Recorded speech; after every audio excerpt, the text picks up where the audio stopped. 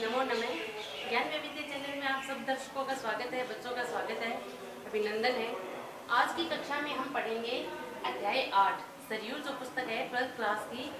उसका अध्याय 8 के बाद आज हम करेंगे सूर्यकांत त्रिपाठी निराला जी, उनकी जो कविता अपने राम की शक्ति पूजा अपने पाठ्य पुस्तक में संकलित है, उसकी व्याख्या हम देखेंगे। निराला जी है, उनका जीवन परिचय की बात है हम करेंगे। बहुत ही महत्वपूर्ण है निराला जी, तो इनका जीवन परिचय भी बड़ा महत्वपूर्ण है। इन्होंने बहुत सारी रचनाएं हैं वो की है। ये कवि होते के साथ साथ एक गद्यकार भी रहे हैं, तो इनके जीवन परिचय के बारे में भी आपको जानना बहुत आवश्यक है, क्योंकि आपके एग्जाम में जीवन परिचय से संबंधित भी क्वेश्चन है वो पूछे जाते हैं। तो निराला जी है वो अत्यंत महत्वपूर्ण है, तो उनके जीवन परिचय की बात हम करते हैं। सूर्यकांत त्रिपाठी निराला जी का जो जन्म है वो 21 फरवरी 1896 को माना जाता है। जन्म इनका 21 फरवरी 1896। अब देखिए यहाँ इनके जन्म के सन है, इसके संबंध में कुछ मतभेद रहा है। कोई इनका जन्म है वो 97 में मानते हैं, कुछ है वो कुछ विद्वान है वो 99 में भी इनका जन्म है वो मानते हैं। तो कहीं कहीं पर इनका 97 दिया हुआ है, कहीं कहीं पर है वो 99 दिया हुआ है, लेकिन हम किसे ज्यादा मानेंगे, इसको मानेंगे, क्योंकि ये हमारी पाठ्य पुस्तक में दिया हुआ है कि 1896 में वसंत पंचमी के दिन हुआ था।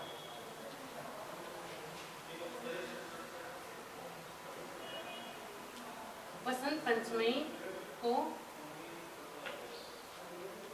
कहाँ हुआ था? पश्चिम बंगाल मेदिनीपुर, पश्चिम बंगाल का जो मेदिनीपुर जिला है वहाँ इनका जन्म है वो हुआ है। मेदिनीपुर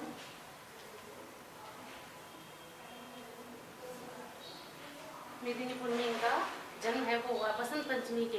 तो इनका देखिए बसंत पंचमी के दिन इनका जन्म हुआ है, तो इनको बसंत सुकुमार भी कहा जाता है। इनका जो उपनाम है वो बसंत सुकुमार कहा जाता है।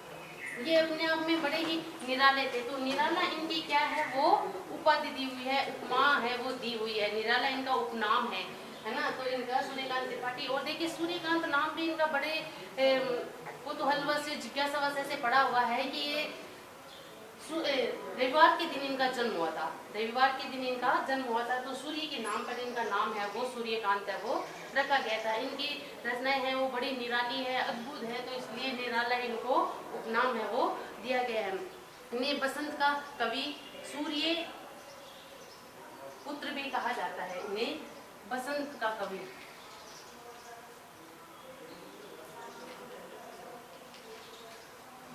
बसंत पंचमी के दिन जन्म होने के कारण इनको बसंत का कवि भी कहा जाता है, सूर्य कुमार भी कहा जाता है। रविवार के दिन इनका जन्म होने के कारण इनको सूर्य कुमार भी कहा जाता है।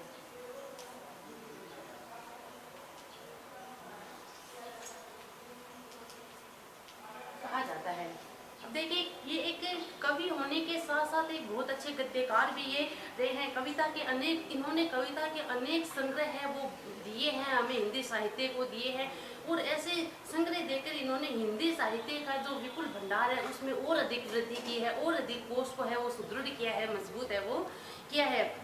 ये एक अच्छे अनुवादक रहे हैं, अच्छे संपादक रहे हैं, अच्छे व्यंग्यकार रहे हैं। इनकी व्यंग्यात्मक रचनाएं हैं वो समाज की समस्याओं, विद्रूपताओं को दूर करने वाली हैं, विद्रूपताओं के ऊपर एकदम कटाक्ष करने वाली हैं। तो इस तरह से उन्होंने समाज की जो विद्रूपताएं हैं उन पर एक अच्छा व्यंग्यकार है ये। इन्होंने ये मतवाला एक पत्रिका थी, इसका संपादन कार्य भी किया था। मतवाला पत्रिका का संपादन भी किया था।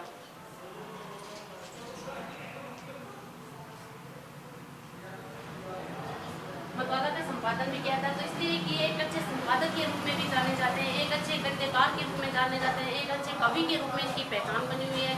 अच्छे व्यंग्यकार के रूप में इन्होंने कई अनुवाद भी किए हैं, तो एक अच्छे अनुवादक के रूप में भी इनकी छवि है वो बहुत ही सुंदर उभर कर सामने आती है। और ये समाज की जो समस्याएं होती थी, विद्रूपताएं होती, उनके विरुद्ध बोलने में बिल्कुल भी हिचक नहीं रखते थे, बिल्कुल बेबाकी से बोलते थे। ये समाज की विद्रूपताएं समस्याएं हैं उन पर एकदम बेबाकी से बिना किसी भय संशय के है वो पटापेक्ष करते थे, और इनके ऊपर है वो व्यंग्य करते थे। और इनका जीवन है वो बड़ा ही संघर्ष में रहा है, क्योंकि जब ये मात्र 3 वर्ष की अवस्था के थे तो मात्र 3 वर्ष की अवस्था में ही इनकी माता का देहांत हो गया था। माता का देहांत हो गया था और युवावस्था तक आते आते पिता का भी देहांत हो गया था। युवावस्था अर्थात लगभग 19-20 साल के थे तब इनके पिता का भी देहांत है वो हो जाता है। पिता का भी देहांत हो जाता है। तो इनका जीवन आप सोचिए कितना ही संघर्ष में है रहा हुआ है। फिर भी आगे भी इनके जीवन में बहुत संघर्ष रहा है। इनकी पुत्री सरोज, जिनका भी निधन होने पर इन्होंने अपनी पुत्री सरोज की स्मृति में सरोज स्मृति संग्रह है वो लिखा है। सरोज स्मृति, पुत्री के वियोग में सरोज स्मृति, पुत्री वियोग में लिखा हुआ है। पुत्री वियोग के कारण इन्होंने सरोज स्मृति नामक ग्रंथ भी है वो लिखा है। इनका जन्म देखिए माघ शुक्ल एकादशी को हुआ माना जाता है। माघ शुक्ल एकादशी को माना जाता है। संपूर्ण जीवन इनका बड़ा ही संघर्ष में रहा। इलाहाबाद से इनकी कई स्मृतियां, कई यादें हैं वो जुड़ी हुई है। और अगर इनकी बात की जाए, इनकी रचनाओं की अगर हम बात करें तो देखिए छायावादी युग के प्रमुख 4 स्तंभों में आप सभी जानते हैं कि इनका जो छायावादी 4 स्तंभ माने गए हैं।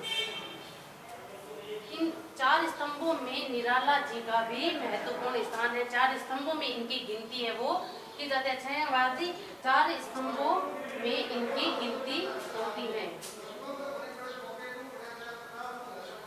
इनकी गिनती की जाती है कि छायावाद के 4 स्तंभों में ये भी एक महत्वपूर्ण स्थान है वो रखते हैं। अगर इनकी रचनाओं की हम बात करें तो इनकी रचनाएं इन्होंने एक देखिए छायावादी थे। छायावाद में भी इन्होंने देखो छंदबद्ध रचनाएं भी की है और छंद मुक्त रचनाएं भी की है। छंदबद्ध व छंद मुक्त दोनों प्रकार की रचनाएं इन्होंने की है। छंद मुक्त और छंदबद्ध रचनाएं की है और इन्हें देखे हिंदी में मुक्त छंद के प्रवर्तक माना जाता है। हिंदी साहित्य में इन्हें छंद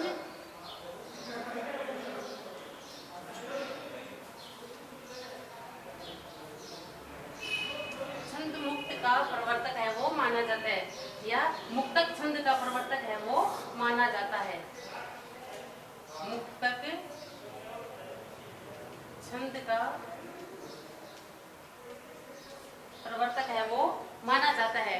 मुक्तक छंद के प्रवर्तक भी ये माने जाते हैं।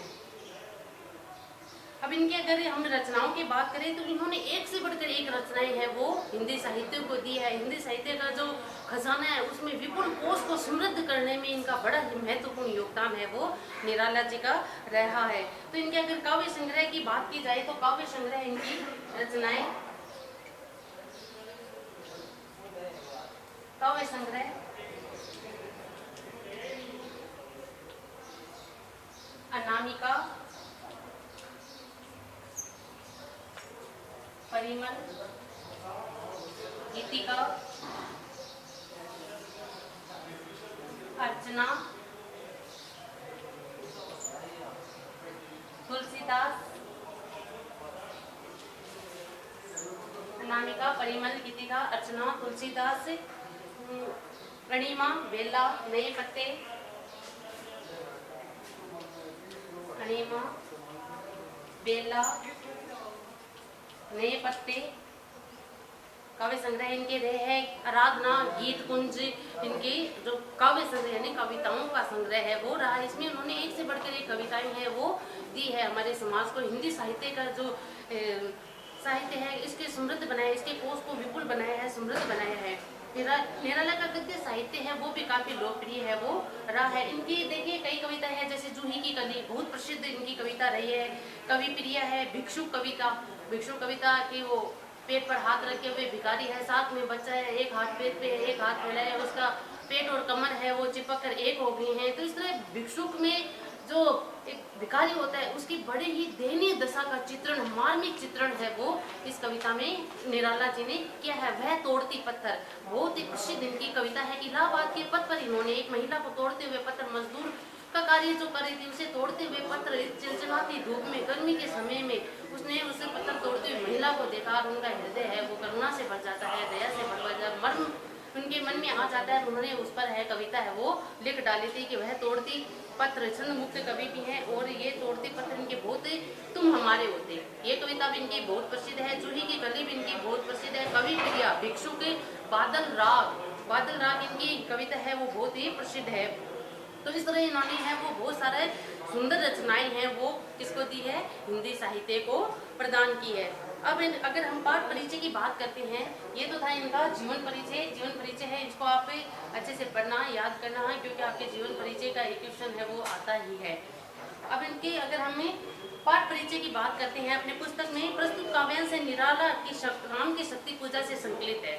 तो इसमें देखिए इस पाठ में क्या बताया, अन्याय पर न्याय की, अधर्म पर धर्म की, असत्य पर सत्य की और रावणत्व पर राम की विजय को दर्शाया गया है। और निराशा पर आशा की उम्मीद है कि व्यक्ति निराश हो जाता है लेकिन फिर भी कहीं न कहीं से एक आशा की किरण है उसके जीवन में आ ही जाती है जो उसकी निराशा को पूर्णतः खत्म करके उसे आशा के पथ पर बढ़ने के लिए अग्रसर करती है। और इन्होंने सांस्कृतिक प्रतिमानों को भी प्रस्तुत किया। जो हमारी संस्कृति से जुड़े हुए प्रतिमान हैं, सांस्कृतिक जो नियम है उनको भी इन्होंने इस कविता के माध्यम से बड़ा सुंदर चित्रण है वो किया है। हम पढ़ेंगे इसके बारे में।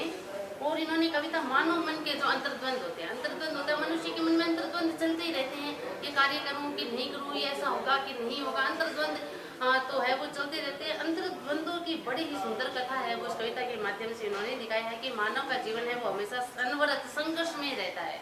अगर एक संघर्ष की स्थिति दूर होती है तो दूसरी पैदा भी हो जाती है, खड़ी हो जाती है, तो मनुष्य का जीवन है वो अनवरत संघर्ष में रहा है, ये इन्होंने दिखाया। और फिर भी इतने संघर्ष में जीवन में रहकर भी उन मनुष्यों के जीवन में एक जिजीविषा है वो हमेशा विद्यमान रहती है। जिजीविषा जानते होंगे, जिजीविषा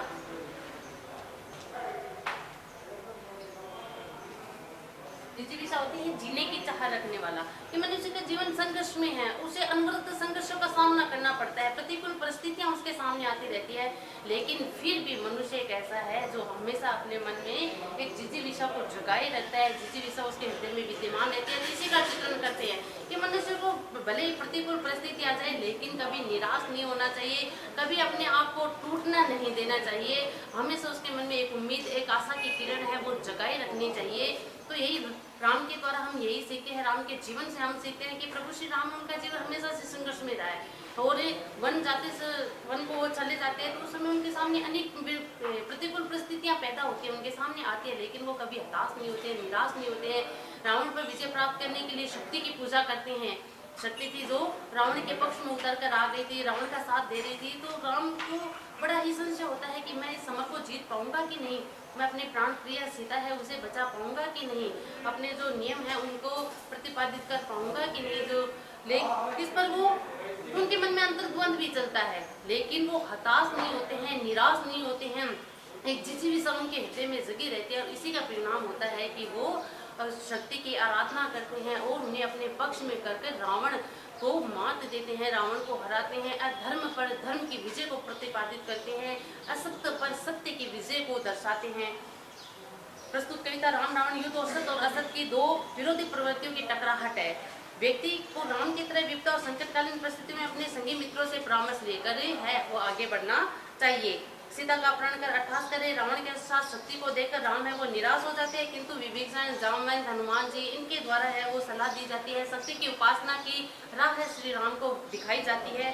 और राम का यह संघर्ष विषमता और हताशा से जो त्रस्त मानवता को दानवता की शक्ति संपन्नता के विरुद्ध निरंतर संघर्ष करने के लिए प्रेरणा देता है। पराजित होकर भी मानव को मन से हार स्वीकार नहीं करनी चाहिए। एक बहुत ही प्रसिद्ध उक्ति आपने सुनी होगी, मन के हारे हार है, मन के जीते जीत। तो जो व्यक्ति मन से हार जाता है उसकी हार पहले ही हो जाती है, लेकिन मन के हारने पर भी अगर कोई व्यक्ति है अपने मन को फिर से जीवित करना जानता है कि मन के हारे हार है, मन के जीते जीत, और मन में ऐसा सोच ले कि नहीं मुझे जीतना ही है, तो उसकी जीत को कोई भी नहीं रोक सकता है। तो यही बात इसमें आती है कि मन के हारे हार है, मन के जीते जीत। राम की शक्ति पूजा है, यही एक आशावादी संदेश है वो प्रस्तुत करती है। अब इसकी जो पद व्याख्या है वो हम देखते हैं। पहला पद है इसमें, है अमान निशा उगलता गगन घन अंधकार, हो रहा दिशा का ज्ञान स्तब्ध है पवन चार। अप्रतिहत गरज रहा पीछे अम्बुधि विशाल, भूधर जो ध्यान मग्न केवल जलती मिसाल। प्रभु श्री राम है जो बैठे हुए हैं, ध्यान मग्न बैठे हुए हैं, एक चिंतित अवस्था में बैठे हुए हैं, एक निराशा में मन उनका हो रहा है, विचलित हो रहा है। फिर उसका वर्णन करते हैं, कहते हैं कि अमानिशा होती है अमावस्या की रात्रि।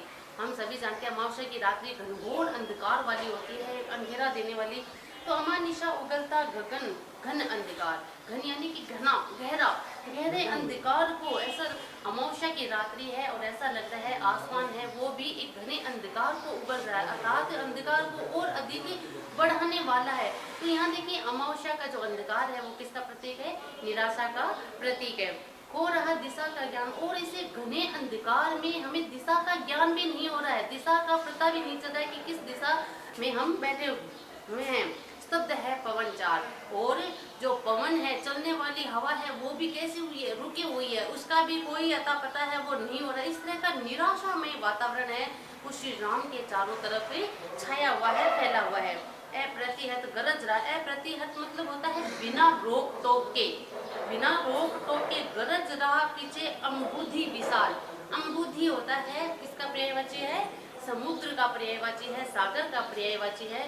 तो कहते हैं जहाँ से राम बैठे हुए हैं उनके पीछे अम्बुधि जो विशाल समुद्र है वो बिना किसी रोक टोक के गर्जना कर रहा है, उसमें लहरें उठ रही है, उसमें लहरें आ रही है, जा रही है, गर्जना कर रहा है बिना किसी रोक टोक के, उसे कोई रोकने वाला नहीं है। इस प्रकार से समुद्र है वो अपनी गर्जना कर रहा है। भूधर जो ध्यान मग्न केवल जलती मसाल, और प्रभु श्री राम ऐसे बैठे हैं जैसे कोई भूधर होता है, पर्वत के लिए आता है, कोई पर्वत है वो ध्यान मग्न बैठा हो। जिस प्रकार पर्वत अचल होता है, स्थिर रहता है, उसी प्रकार प्रभु श्री राम ध्यान में बैठे हुए भूधर के समान लग रहे हैं, पर्वत के समान अचल लग रहे हैं, और उनके पीछे केवल एक मसाल जल रही है जो उस वातावरण में कुछ हलचल पैदा कर रही है। पूरा वातावरण कैसा है? स्तब्ध है, शांत है। जलती हुई मसाल और सागर की जो गरज है केवल वही है जो उस वातावरण को में चंचलता, उस वातावरण में हलचल पैदा कर रही है। स्थिर राघवेंद्र को हिला रहा फिर संशय कि राघवेंद्र यहाँ श्री राम के लिए आया है, राम का पर्याय है। तो कहते स्थिर प्रभु श्री राम है वो कैसे है? अचल बैठे हुए हैं, स्थिर बैठे हुए हैं, बिना कुछ बोले एकदम मौन, एकदम शांत होकर बैठे रहे, और उनके मन में एक संशय, एक शंका बार बार उन्हें हिला रही है, बार बार उनके मन में एक संशय उभर कर आ रहा है। वो क्या है? रह उड़ता जग जीवन में रावण जय भय, और उनके हृदय में ये भय, एक डर है वो रह के उठ रहा था कि इस युद्ध में अगर रावण विजय हो जाता है तो एक नीति का, धर्म का है वो नाश हो जाएगा, संपूर्ण संसार है वो त्रास में बह जाएगा, उस त्रास में छा जाएगा, और भयभीत है वो रहेगा कि रह उठता है कि जग जीवन में, इससे जो संसार है, जग यानी संसार, उस संसार रूपी जो जीवन है उसमें एक भय है वो हमेशा के लिए व्याप्त हो जाएगा अगर रावण की विजय हो जाती है। तो जो नहीं हुआ आज तक हरते रिपुदम्य शांत, और सोच रहे हैं प्रभु श्री राम मौन होकर, शांत होकर ये सोच रहे हैं कि मेरा हृदय जो आज तक कभी भी, आज तक हृदय रिपुदम्य होता है कि रिपु यानी होता है शत्रु, शत्रु के सामने कभी हारा नहीं है, दमित नहीं हुआ है। शत्रु के रिपुदम्य कि शत्रुओं के सामने दमित नहीं हुआ है, शांत यानी हारा, थका नहीं है, शांत यानी थका, कि मेरा हृदय आज तक भी कभी शत्रुओं के सामने उसने पराजय को स्वीकार नहीं किया है, कभी थका नहीं है, कभी हारा नहीं है। लेकिन न जाने आज क्यों मेरा मन है वो बार बार विचलित हो रहा है, बार बार व्याकुलता मेरे मन में उठ रही है कि आज तक हृदय रिपुदम्य शांत एक भी अयुत लक्ष्य में रहा हो जो दुराक्रांत, मेरा मन जो है वो कभी भी भयभीत नहीं हुआ, दुराक्रांत यानी भयभीत नहीं हुआ, आक्रांत नहीं हुआ, मेरा मन है बुरी विचारों से कभी भी भयभीत नहीं हुआ, दुराक्रांत नहीं हुआ। कि एक तो की बात क्या की जाए, मेरा मन अयुत माने होता है हजारों, और लक्ष्य यानी लाखों, हजारों लाखों की भीड़ में या हजारों लाखों शत्रुओं के सामने भी मेरा मन है वो कभी भयभीत नहीं हुआ, दुराक्रांत नहीं हुआ, उस पर भय का आक्रांत आवरण है वो कभी नहीं छाया। लेकिन न जाने आज ऐसा क्या हो रहा है कि मेरा मन है वो रहकर उसमें एक ऐसी भूख उठ रही है, एक ऐसा भय व्याप्त हो रहा है कि कहीं रावण की विजय न हो जाए। कल लड़ने को हो रहा विकल, कल कल का जो युद्ध होने वाला है, रावण के साथ कल का युद्ध होने वाला है, इसमें मेरा मन बार बार विकल हो रहा है, व्याकुल हो रहा है, लड़ने के लिए उतावला हो रहा है, बेचैनी मेरे मन में बढ़ रही है, लेकिन असमर्थ मानता मन उदित हो आ रहा है। लेकिन एक असमर्थता का भाव है वो मेरे मन में बार बार है, वो उठ रहा है। उदित मतलब उतावला हो रहा है, मेरा मन में है असमर्थ मानता, मेरा मन है वो असमर्थ मान रहा है। इस युद्ध में विजय प्राप्त करने के लिए अपना मेरा मन है वो अपने आप को असमर्थ मान रहा है, और यही भाव मेरे मन में बार बार है वो उठ रहा है। यही भय के रूप में मेरे भाव है मेरे मन में बार बार आ रहा है। कुछ क्षण तक रहकर मौन, सहज निज कोमल स्वर, और कुछ क्षण तक ये सब बातें हैं उनके मन में उठ रही है। उसके बाद में कुछ क्षण तक प्रभु श्री राम है वो मौन रहते हैं, और कुछ क्षण तक मौन रहकर सहज यानी बहुत ही सरल निज वाणी में अपने स्वयं के शब्दों में वो कहते हैं, कोमल स्वर में वो कहते हैं, बोले रघुमणि। रघुमणि यहाँ किसके लिए है? रघुकुल के मणियों के समान शिरोमणि, रघुकुल के शिरोमणि प्रभु श्री राम के लिए आया है कि मित्रवर विजय होगी न समर। अपने मित्रों सुग्रीव है, जामवंत जी है, हनुमान जी हैं, अंगद है, इन सबको संबोधित करके कहते हैं कि हे मित्रों, मुझे लगता है समर यानी होता है रण क्षेत्र, युद्ध भूमि, कि इस युद्ध में हमारी विजय है वो संभव नहीं है, हमारी विजय होती हुई दिखाई नहीं दे रही है। कि मित्रवर विजय न होगी समर, कि इस युद्ध में हमारी विजय है वो नहीं होगी। यह नहीं रहा नर वानर का राक्षस से रण। और जो ये युद्ध है, कल जो युद्ध होने वाला है, वो नर और वानर और जो रावण के बीच का युद्ध है वो नहीं रहा है। अगर नर वानर और राक्षसों के मध्य का अगर ये युद्ध होता तो शायद हमारी विजय है वो संभव थी, लेकिन ये युद्ध है वो नहीं रहा, अब नहीं रहा। किसके बीच का? नर और वानर और रावण राक्षसों के कुल के बीच में है वो युद्ध हमारा नहीं रहा है। क्यों नहीं रहा है? देखिए, देखते हैं कि उत्तरी पा महाशक्ति रावण से आमंत्रण। जो महाशक्ति है माँ दुर्गा है वो रावण की आराधना से खुश होकर उनके पक्ष में उतर कर आ गई है। रावण का साथ देने के लिए माँ शक्ति है वो उनके साथ आ गई है, इसलिए अब हमारी विजय है वो कैसी लग रही है? असंभव सी प्रतीत हो रही है।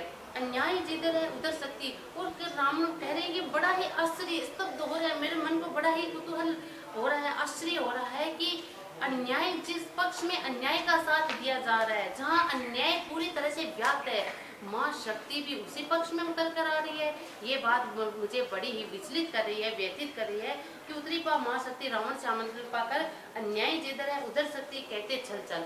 और ये कहते कहते उनकी आंखों में आंसू है वो छलक आते हैं कि जिधर अन्याय का पक्ष लिया जा रहा है, अन्याय का साथ दिया जा रहा है, माँ शक्ति भी उधर उतर कर आ गई है। ये कहते कहते राम की आंखों में अश्रुकण है वो छलक आते हैं। हो गए नैन कुछ बूंद धुल के दृग्जल। दृग्जल होता है, दृग यानी होते हैं आंखें, और दृग्जल यानी कि आंखों का पानी, आंसू, आंसू के लिए आए हैं, दृग्जल यानी आंसू। तो कहते ये कहते कहते उनकी जो आंखें हैं वो आंसुओं से डबडबा जाती हैं, आंसुओं से छलछला जाती है, और कुछ आंसू की बूंदे हैं वो ढरक जाती है, जमीन पर गिर जाती है, ढरक कर आंसू की बूंदे है वो जमीन पर गिर जाती है। रुक गया कंठ चमका लक्ष्मण तेज प्रचंड। और ये कहते कहते उनका कंठ है, उनका स्वर है वो अवरुद्ध हो जाता है, उनका स्वर है वो भरा जाता है, इसे एक भावना से भरा जाता है, उनका स्वर है वो रुक जाता है। और ये देखकर लक्ष्मण है वो अपने प्रचंड तेज में आते हैं, आवेश में आते हैं, और उनका आवेश है वो दिखता है। धस गया धरा में कपि। कपि यहाँ देखिए, कपि का अर्थ होता है बंदर, लेकिन यहाँ कपि है वो किसके लिए आया है? हनुमान जी के लिए आया है कि धस गया धरा में कपि, कहे युगपद मसक दंड। और युगपद होता है कि दोनों पद। प्रभु श्री राम के जो मजबूत पैर थे, मसक दंड यानी कि मजबूत जो उनके पैर थे, उनको पकड़ कर हनुमान जी है वो भूमि पर धस जाते हैं, भूमि पर बैठ जाते हैं। और धस गया कपि, कहे युगपद मसक दंड, स्थिर जामवंत समझते हुए जो सकल भाव। और जामवंत जी है वो उस वातावरण का सारा भाव समझकर, श्री राम के मन की भावनाओं को समझकर है वो स्थिर हो जाते हैं, अचल हो जाते हैं, चुप हो जाते हैं। जामवंत जी है व्याकुल सुग्रीव हुआ उनमें जो विषम गाँव। और सुग्रीव थे, उनका मन भी बड़ा व्याकुल हो जाता है श्री राम की ऐसी दशा को देखकर, उनकी ऐसी निराशा में, हताशा में दशा को देखकर सुग्रीव थे, उनका मन भी व्यथित हो जाता है, व्याकुल हो जाता है। और उनके उर यानी होता है हृदय, हृदय में एक विषम घाव है वो हो जाता है कि कल रावण पर विजय है वो कैसे प्राप्त की जाएगी।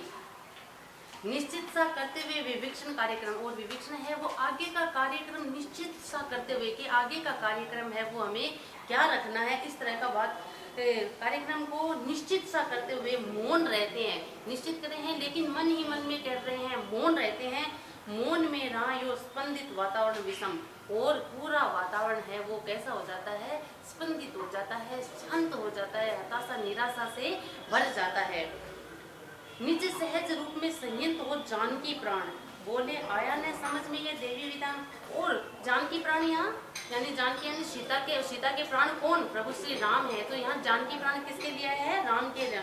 निज सहज रूप में, और प्रभु श्री राम है जो उनका वास्तविक स्वरूप है, निज यानी कि अपना खुद का जो उनका वास्तविक स्वरूप है, उस रूप में आकर वो शांत होते हैं। सहज रूप में होकर जानकी प्राण कहते हैं कि सहज रूप में, सरल रूप में आकर अपने मन को शांत करके अपना जो स्वाभाविक स्वरूप है उसमें आकर जानकी प्राण अर्थात श्री राम है वो बोलते हैं, कहते हैं कि आया ने समझ में ये देवी विधान। आश्चर्य के भाव से कहते हैं कि मेरे समझ में ये देवी का विधान नहीं आया कि उनका क्या विधान है, उनका देवी विधान है वो क्या है।